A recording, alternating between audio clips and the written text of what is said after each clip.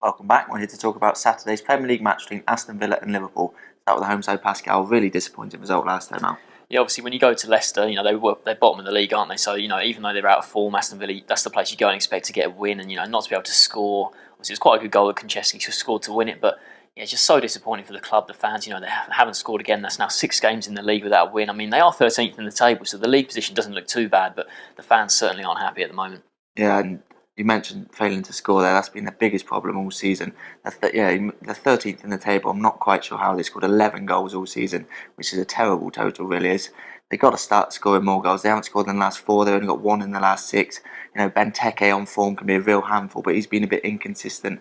Bonglo needs to weigh in with a couple more. Vyman needs to, and the midfielders need to as well. It's just not been good enough in front of goal. They need to improve that. Not at all. And I mentioned that the fans aren't happy. They're really angry with the 8 years since Randy Lerner, took the club over, and they're planning a big protest this weekend. They're trying to completely empty the whole tent. The big stand at Aston Villa where all the passionate supporters sit. They said they want to just completely empty it for the first 8 minutes to sort of in protest of the 8 years that he's done that. And it'd be interesting to see if they do that. I've seen on social media some fans have said, we need to support the club through thick and thin, but some are saying that we need to make a stand here against the sort of bad form and bad management of the club. So it'd be interesting to see if they do sort of empty the whole end.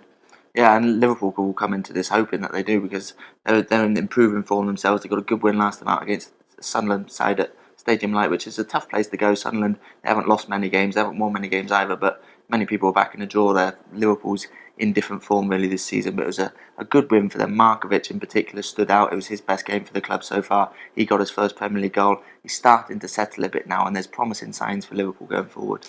Definitely, I think it's 4 of their last 5 that they've won in all competitions, and I think they're only 5 points off the top 4 now. So things are looking up for them. And you mentioned Markovic. Obviously, he almost scored an incredible goal with that sort of scissor kick that came off the bar as well. And almost their best player at the start of the season was Sterling, and he's sort of having, he's sort of fading in and out of games. So it's good to see, other players come into the fore.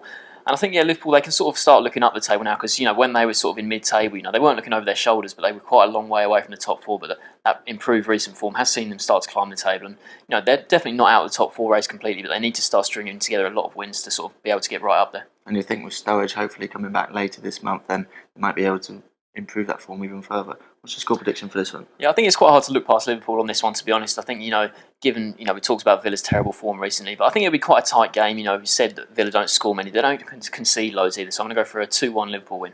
I agree, we can't really look past Liverpool again. I think Aston Villa might draw a blank here, so I'm going to go for 2-0 Liverpool. So both going for Liverpool victories. Thanks for watching.